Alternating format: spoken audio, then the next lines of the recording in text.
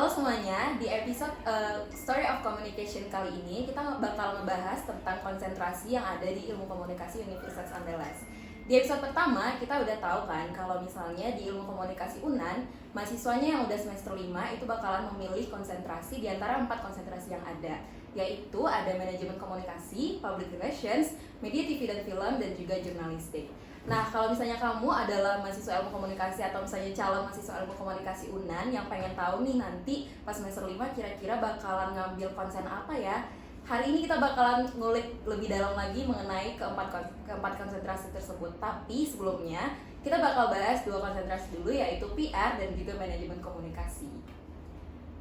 Nah, hari ini kita udah hadir nih bareng 3 mahasiswa ilmu komunikasi UNAN yang keren banget pastinya dari konsentrasi PR dan manajemen komunikasi. Di sini kita ada Bang Eja. Halo Bang. Halo teman-teman semuanya. Dan kita juga ada Bang Revo dan Bang Hafiz dari manajemen komunikasi. Ya. Halo. Oh ya, sebelum kita mulai boleh dong Bang kita sapa-sapa dulu pendengar dan juga penonton Story of Communication di rumah.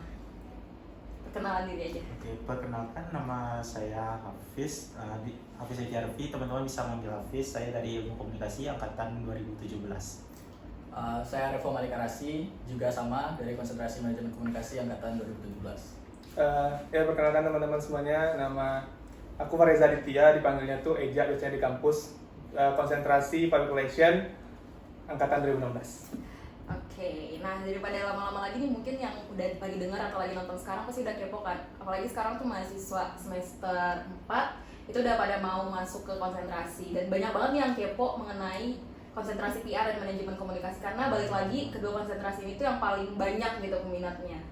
Nah, tapi sebelumnya tuh aku pengen tahu dulu deh Bang, kayak kenapa sih di Ikom itu ada konsentrasinya? Buat apa sih konsentrasi ini? Terus mau jawab duluan, silakan. Kenapa? Oh, oke. Jadi sebenarnya dulu itu kan konsentrasi ini baru mulai itu di angkatan 2015. 2015. Nah, sebelumnya itu kita belajar pelajaran umum semuanya. Dulu tuh ada mata kuliah yang sekarang tuh udah dihapuskan sebenarnya. Dulu tuh komunikasi antar budaya tuh diiringi sama komunikasi komunikasi satu lagi ada tuh tentang budaya juga. Nah, cuman yang ketika komunikasi antar budaya itu bahasanya tentang perbandingan, nah yang satu itu gimana caranya biar bisa barengan kayak gitu. Nah, kenapa dibagi? Karena dulu tuh memang terlalu umum.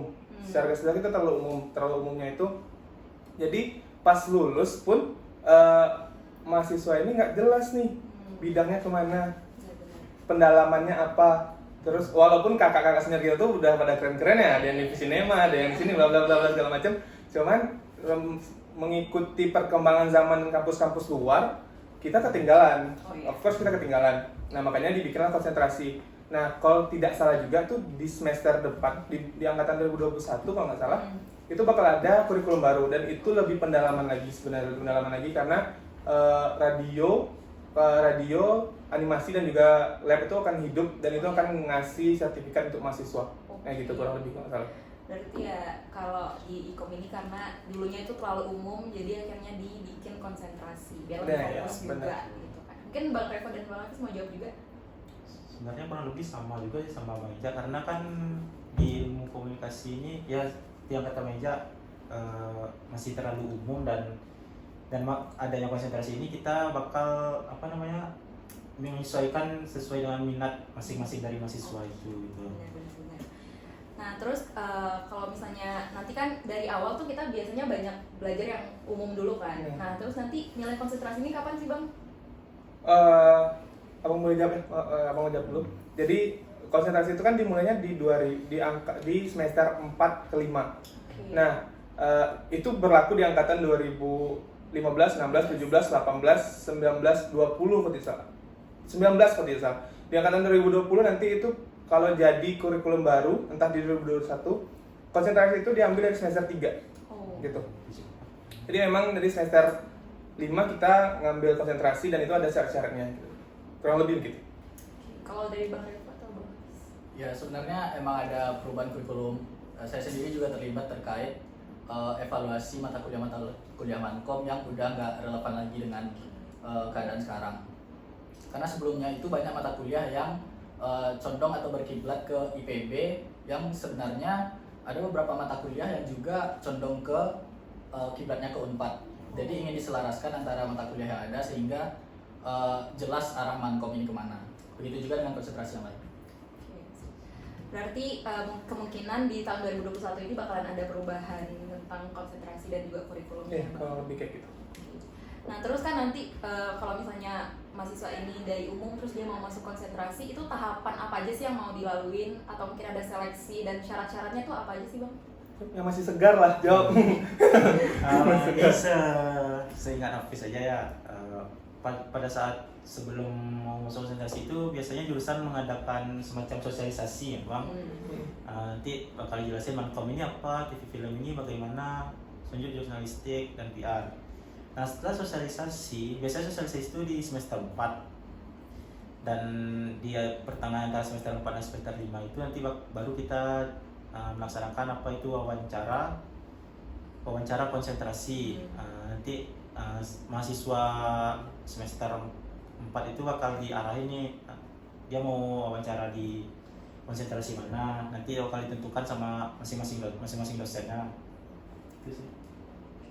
Ya, tapi bedanya dulu sama sekarang adalah dulu kita ada FISMET. Nah, FISMET ini lebih menarik daripada angkatan-angkatan. Jadi FISMET ini sangat pada zaman itu FISMET membantu sekali karena kita kunjungan, kita belajar di sana dan kita tahu. Nah, jadi ya mohon maaf aja kasihan aja teman-teman yang zaman sekarang gitu nggak ada FISMET kan gitu. Kurang lebih kayak gitu. Momen terbaik lupa disebutkan. Nah, Udah kelamaan COVID ya. Iya. Terus tapi mungkin boleh jelasin dikit nih, oh iya. FISMET itu apa sih? Gitu? FISMET itu kepanjangan dari akronim dari Visiting Media. Visiting Media ini adalah kegiatan yang biasanya kita lakuin itu di semester 4 ke semester 5 di waktu libur. Dan itu kita ke media-media yang ada di Jawa, Jakarta, Bandung, Jogja, dan lain-lain semuanya. Biasanya itu pasti ada ke TV 1, ke instansi pemerintahan kayak KPI, terus juga ada juga ke PR konsultan ya Edelman dulu atau WBC, terus juga ke radio pada zaman aku tuh ada ke radio, terus juga ya sisanya liburan aja, gitu aja sebenarnya. Ya, kayak liburan tapi sekalian. Nah ya itu lebih ke sana sebenarnya. Karena itu juga mengarahkan kita melihat nanti Jadi kita bisa nampak tuh gimana kalau TV film ini, oh gini loh kerjanya, Mankom ini, oh gini loh. Benar-benar itu bisa lihat secara realnya gitu. Benar sih. Itu tuh nanti bakalan ada kalau seandainya nanti kita udah nggak pandemi lagi, mungkin itu bakalan. Ya amin. Semoga di angkatan-angkatan kedepannya tetap ada Visiting Media. Nah mungkin kita boleh langsung masuk aja nih Bang. Kayak kalau Bang Ega sendiri kan ini mirirnya di PR ya Bang. Iya. Nah itu dulu kenapa sih Bang pengen masuk PR? Nah singkatnya itu sebenarnya dulu tuh mau masuk jurnalistik. Cuman baik lagi kan. Jadi kayak kuliah ini bukan sekedar kalian belajar di kelas, tapi melihat kemampuan, melihat kalian tuh punya apa sih sebenarnya. Terus lingkungannya seperti apa, kalian tuh butuh lingkungan itu seperti apa, itu kan penting banget. Nah dulu tuh di jurnalistik kebetulan yang di angkatan aku itu yang masuk jurnalistik laki-laki cuma satu, si Rizky pada saat itu. Nah selain cewek-cewek kan. Nah jadi karena pertimbangannya sebenarnya pada saat itu adalah lingkungannya. Nah di PR itu aku barengan sama teman-teman yang juga sepemahaman. Dulu tuh sempat beberapa kali tuh ikut volunteering, dan itu memang inisiasinya kita aja, dan itu nah teman-teman yang di volunteering ini kebanyakan tuh di PR. Nah makin jadi membangunnya pun udah enak sebenarnya. Selain sebenarnya kuliah di PR mungkin ya lebih santai daripada teman-teman yang lain, entah itu di film, entah itu di jurnalistik. Kita lebih santai dan ada praktek dan juga teorinya tuh bisa dikatakan sejalan gitu kurang. Iya. Nah terus kan setelah masuk nih ke konsentrasi, terus pasti udah masuklah ke matkul-matkul yang fokus ke konsentrasi PR. Itu boleh nggak sih Bang digambarkan apa aja sih yang dipelajarin di konsentrasi PR, kayak matkulnya, terus kegiatannya atau proyek-proyek yang dikerjain? Oke. Nah kalau aku pribadi, aku tuh suka banget sama kuliah crisis handling sama media production, crisis handling dan media production workshop. Nah crisis handling itu Karena menurut aku pribadi, sebenarnya bukan hanya anak PR sih, semua orang tuh perlu kemampuan untuk crisis handling. Yes. Semua orang tuh perlu kemampuan untuk gimana sih seorang mahasiswa komunikasi itu bisa berkomunikasi dengan baik, melihat masalah yang ada, lalu diselesaikan. Nah, walaupun sebenarnya pada pengaplikasiannya, secara teori itu semua orang bisa baca. Semua orang bisa baca teorinya. Cuman, yang membedakan kita anak PR dan teman-teman yang lain mungkin pendalaman. Oke. Nah, pendalaman kayak kayak media production workshop itu bikin mungkin teman-teman udah merasain juga mungkin ya kayak bikin podcast. Pada saat itu kita pada saat itu kita ujiannya bikin podcast misal. Oh, iya. Bikin podcast. Nah, karena pada saat itu podcast lagi hype banget, lagi baru naik banget. Jadi kayak yaudah kita bikin podcast untuk ini, terserah. Dan itu pada saat itu diposting di SoundCloud, di SoundCloud. Iya. Nah, jadi mata kuliah itu yang paling aku suka banget, selain mata kuliah lain yang kayak etik dan protokoler. Etik dan protokoler itu kalau teman-teman tahu, kita belajar makan di endingnya. Kita belajar makan di hotel. Table manner. Iya, table manner, kita belajar table manner di sana. Terus selain itu juga apa ya, mungkin karena mata kuliah PR ini projectnya itu bentuknya event. Kebanyakan event webinar, terus kita bikin ya seminar dan lain-lain. Sebenarnya sih kebanyakan sih di seminar pada saat zaman aku tuh di seminar tuh banyak banget. Cuman ya kita belajar manajemen di situ, jadinya manajemen event dan lain-lain kan. Belum lagi tolong dosen. Nah, cuman menurut aku yang sekarang adalah kurikulum yang sekarang itu kurangnya adalah pemahaman PR tentang kebudayaan. Alasan aku pun ngambil kebudayaan di skripsi karena memang menurutku budaya itu penting untuk PR. Karena kebanyakan permasalahan PR itu bukan sama instansi lain, bukan sama partner kerjanya, tapi sama masyarakat. Nah, masyarakat inilah yang harus kita pelajari sebenarnya, masuk budaya dan lain-lain seperti itu. Oke, berarti kan tadi di PR ini banyak ngadain event dan juga yang lain gitu. Terus kayak kalau misalnya di saat ngelakuin event tuh kesibukan apa sih yang dilakukan atau kesibukan apa aja yang bakal dilalui nantinya? Nah, kalau bikin event tuh sebenarnya ya ini umum, orang-orang tahu. Ya mana kalau bikin event pasti nggak semua yang kerja. Pasti. Itu umum, itu tuh nggak bisa dipungkiri. Nah, serunya ada di situ malah. Kita yang mau kerja, kita yang mau berusaha bikin, kita tahu nih masalahnya apa. Kita tahu gimana cari solusinya. Kita berani menghadapi apa yang udah kita perbuat. Mau salah itu benar, kita tuh berani untuk ngadapin itu, gitu. Nah, itu tuh menjadi penguat di sekarang gitu. Sekarang artinya sekarang teman-teman yang udah lulus atau bahkan lagi di masa akhir, kalaupun mau bikin project sendirian, kita udah berani tanggung jawab di situ kok. Kita udah kayak ya udah gitu loh. Ya udah. Nah, jadi memang bikin event tuh ya kayak panitia, rapat dan lain persiapan. Dulu tuh kalau di kampus tentu yang paling hektik itu adalah sewa gedung, minjam gedung. Kalau offline ya. Nah, minjam gedung tuh pasti ribet dan lempar-lemparan. Nah, belum lagi surat jurusan ke UKM, ke PKM dan lain-lain semuanya itu ya ribet. Tapi secara bikin event dan menjalankannya itu udah, kalau udah jalan di hari itu ya udah kita jalan aja, gimana pun apa yang terjadi kita harus hadapin aja kayak gitu. Berarti kayak kalau misalnya di pengerjaan event di PR ini, apalagi kalau misalnya dulu sebelum ada pandemi, itu banyak banget kesibukan yang bakal dihadapin, kesulitannya dan juga pastinya kayak kita jadinya lebih produktif. Ya, walaupun kuliah kita tuh cuman sehari itu sejam atau 2 jam sehari, kita tuh ya bohnya di situ gitu, dibikin eventnya gitu. Kesini. Nah, itu yang bikin ribet, nggak ribet sih, cuman seru aja gitu. Ada keseruan tersendiri. Iya, seru aja sebenarnya. Gitu. Nah, terus kalau misalnya nih kan udah selesai nih semua mata kuliah, selesai semua proyek, pastinya nanti pas udah mau lulus atau sebelum skripsian itu kita bakalan menghadapi yang namanya magang ya kan Bang? Iya. Nah, terus kalau misalnya Bang Eja sendiri gimana magangnya di semester 7 itu, terus kayak peluang magang atau mungkin prospek magang yang diambil, terus juga job desk-nya nanti di magang itu kayak gimana sih? Oke. Nah, ini catatan penting. Aku selalu ngomong ini ke teman-teman yang mau magang dulu itu. Teman-teman yang mau magang, semangatnya itu loh yang harus dijaga. Karena kebanyakan kejadian ketika melihat teman-teman yang lain udah magang nih, orang-orang itu bakal jatuh, mentalnya itu bakal drop gitu kayak, ini udah magang, wah kan udah mau selesai, tapi dia belum dapat magang. Itulah magang di mana aja deh, yang penting magang gitu. Nah, itu tuh kejadian tuh sering banget di komunikasi, dan itu tuh menurutku pribadi merusak mental. Karena mental yang seharusnya dibangun tuh bukan yang kayak gitu. Nah, jadi memang aku dan beberapa teman dulu komit untuk pokoknya kayak manapun mau meledak dunia nih, jangan sampai magang di Padang. Di Sumbar, di Sumatera bahkan kayak gitu. Kita tuh jangan sampai magang di Sumatera. Mau semester 8 magang ya udah magang semester 8 tapi jangan di Sumatera. Aku apply kurang lebih 40 lamaran. Yang dipanggil tuh 2, satu di Jogja, satu di Jakarta. Yang di Jogja pada saat itu aku ngambil marketing atau apa gitu lupa. Yang di Jakarta ruang guru. Nah kebetulan pada saat itu ruang guru lagi hype.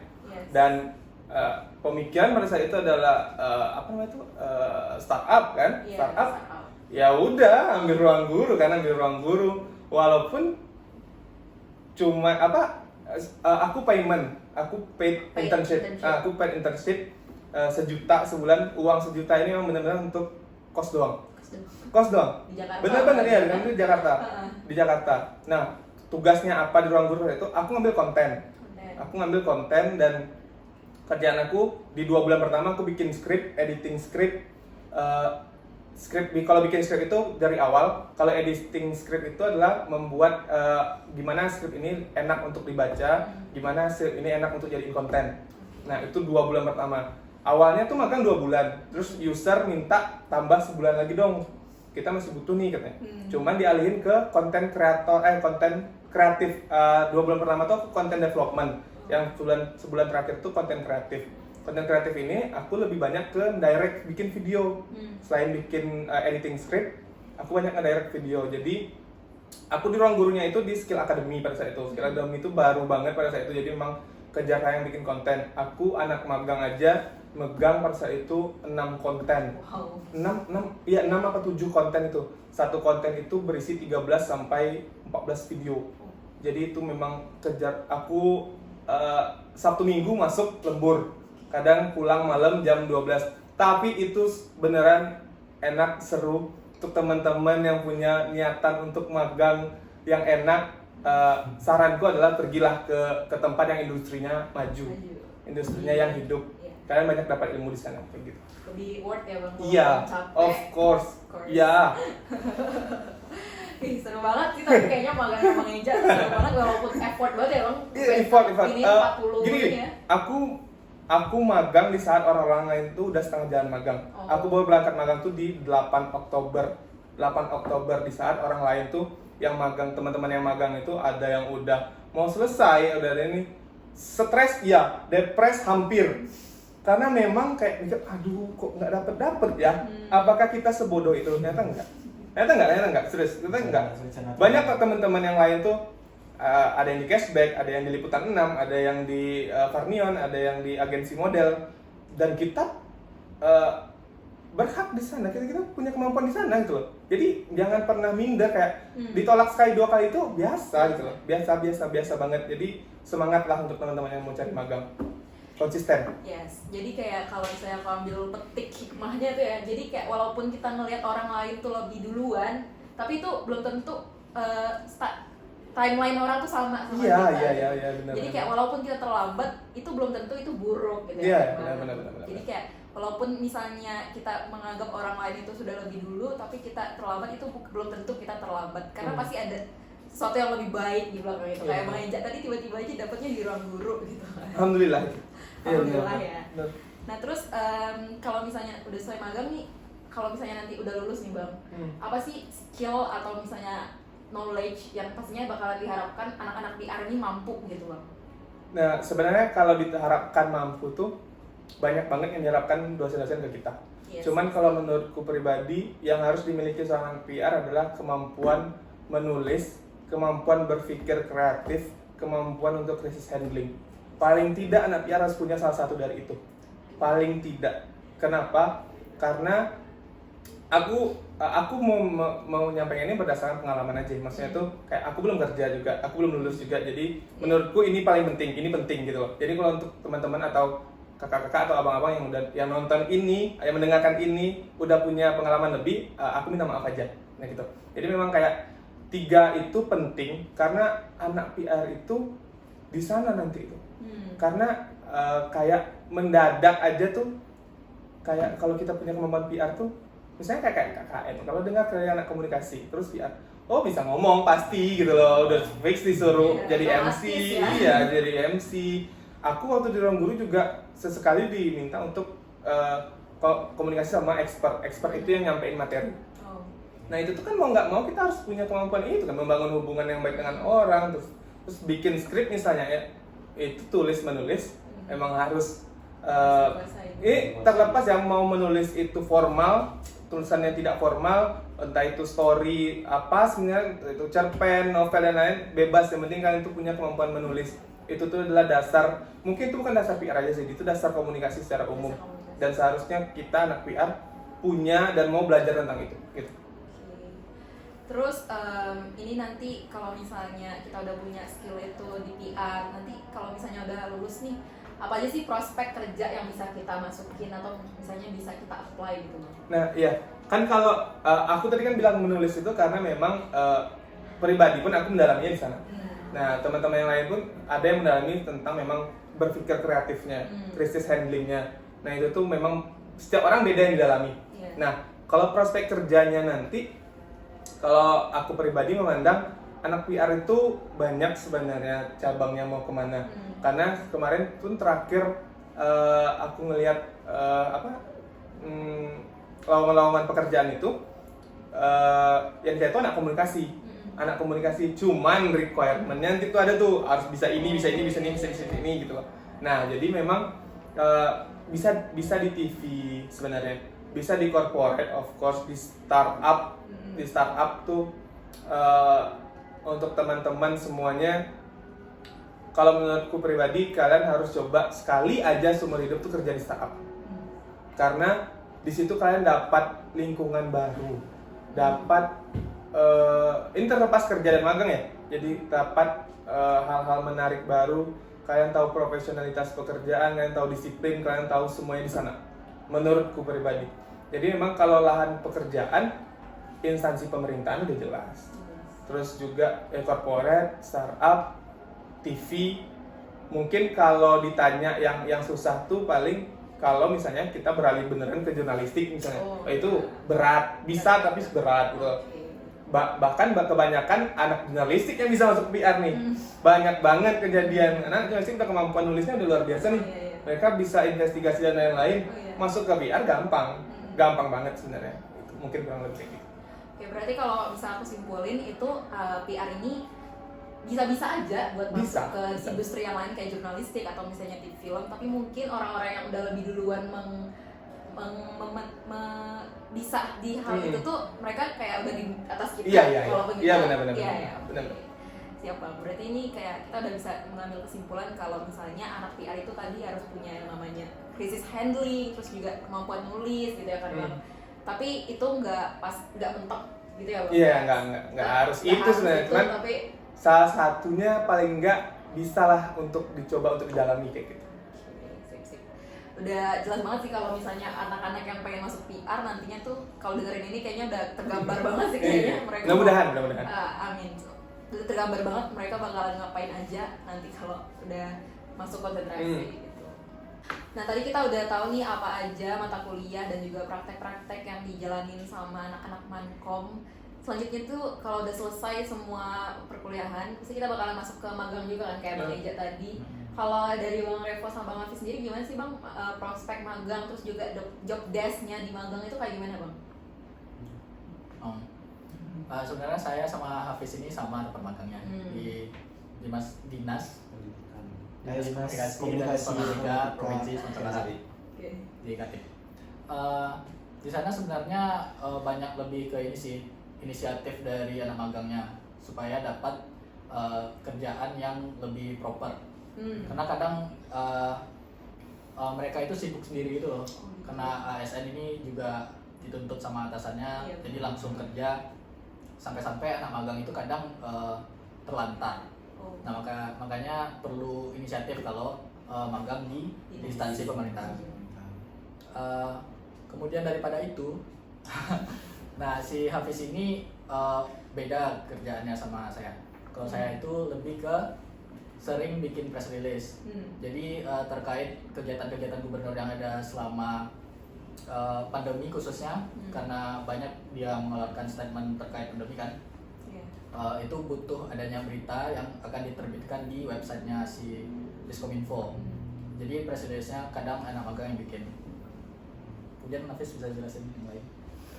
Kalau Bang Hafiz gimana job desk-nya, Bang?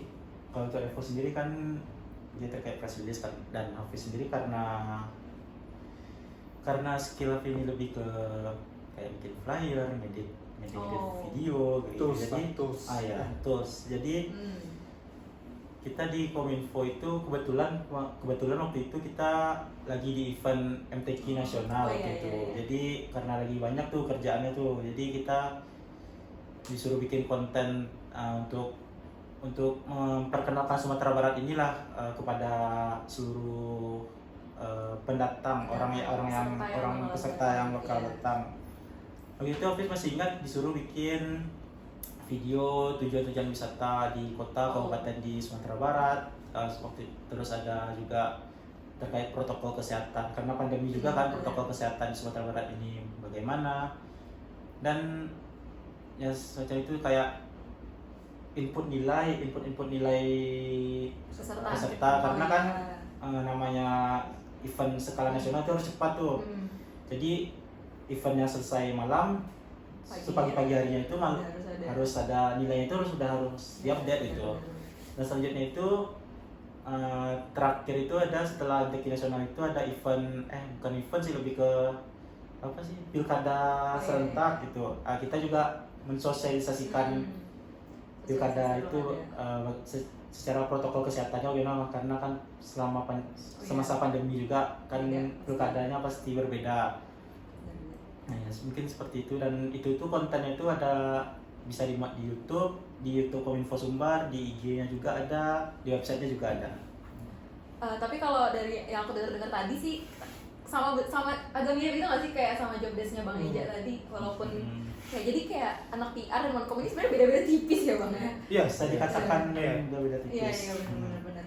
Dan kalau Bang Revo tadi dia ngerjain press release dan Bang Hafiz ngerjain konten kayak gitu-gitu kan sebenarnya banyak juga yang anak-anak PR gitu ya bidangnya, tapi ternyata anak Mankom juga bisa ngelakuin itu gitu. Terus kalau misalnya nanti kalau udah lulus nih Bang, kiranya apa sih skill atau pengetahuan yang anak Mankom nih harus bisa atau harus tahu gitu Bang? Kalau untuk anak Mankom sendiri sebenarnya mungkin berkaitan dengan mata kuliah yang dia pelajari ya, kayak TOT, Training of Trainer. Itu kita diharapkan nantinya bisa menjadi seorang trainer. Coaching dan konseling, bagaimana kita bisa melatih coaching. Dan kalau konseling itu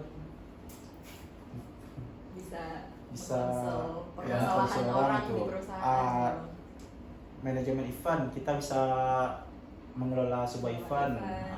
Mungkin lebih itu sebagai tim marketing juga bisa marketing di sebuah perusahaan, jadi ASN tentunya juga bisa untuk kerjanya.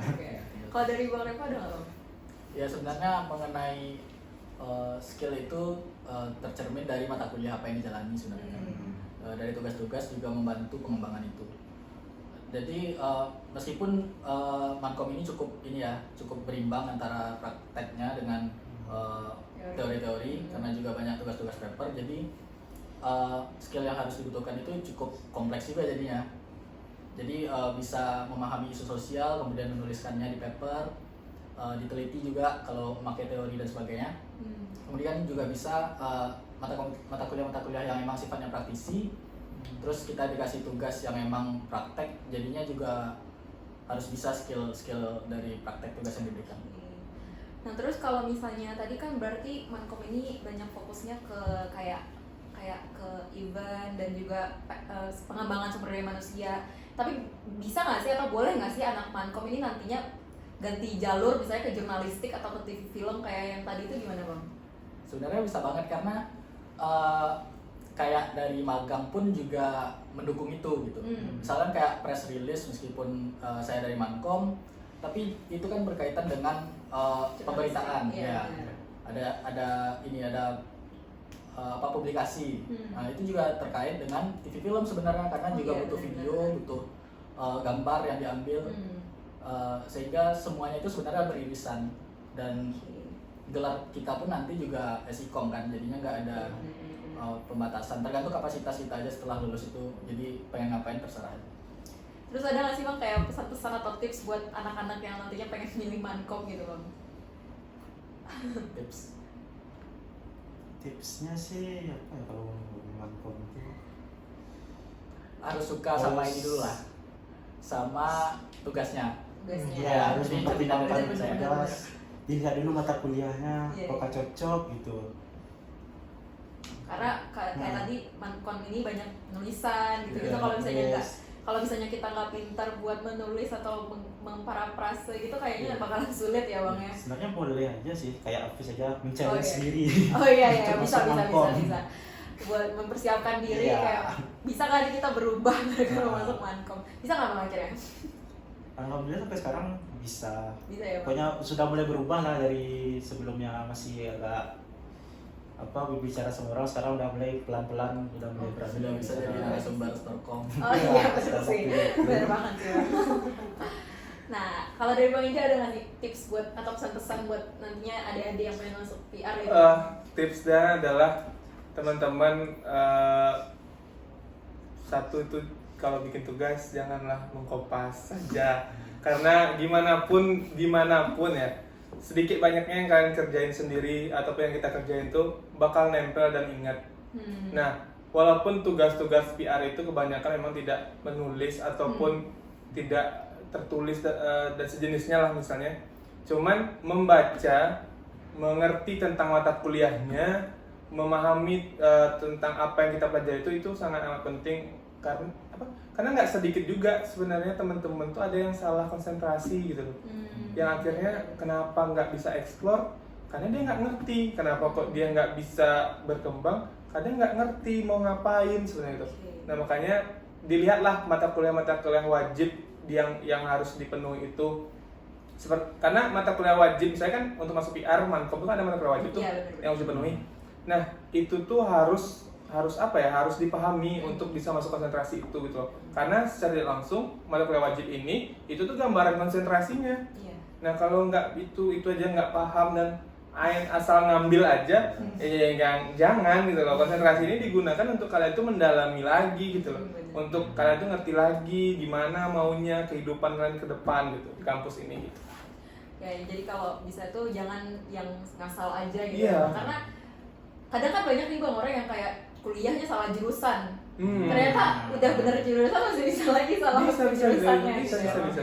Jadi ini buat teman-teman yang mungkin pengen masuk konsentrasi, kedepannya harus lebih dipikirkan lagi dengan matang gitu ya Bang ya. Iya. Nah mungkin kita langsung bisa masuk ke closing aja gitu ya. Makasih banget buat Bang Hafiz, Bang Revo dan juga Bang Ija yang udah mau sharing hari ini itu. Sama-sama. Itu lo cukup lengkap menurut aku buat anak-anak yang nantinya pengen masuk konsentrasi itu bisa memahami lah sekiranya bakalan ngapain aja di konsentrasi. Semoga membantu. bisa ya. Semoga membantu. Oke, buat khususnya di konsentrasi PR dan Mankom karena ini paling banyak requestnya nih Bang. Sama mungkin kalau teman-teman yang nonton atau yang dengerin mau nanya-nanya langsung ke kakak senior, Iya, ke benar. teman-teman 17 misalnya, ke teman-teman, iya nggak masalah sebenarnya. Boleh. Karena misalnya kurang nih pengalamannya dari podcast ataupun dari video, tanya kali ya gitu. Iya benar. Boleh kok. Boleh. Mau minta kontak seniornya cari aja, pasti dapat. Iya, pasti dapat, gampang banget dapat ini. Gampang banget. Iya. Enggak bukan artis juga. Iya, ya kan? gampang banget pasti dapat.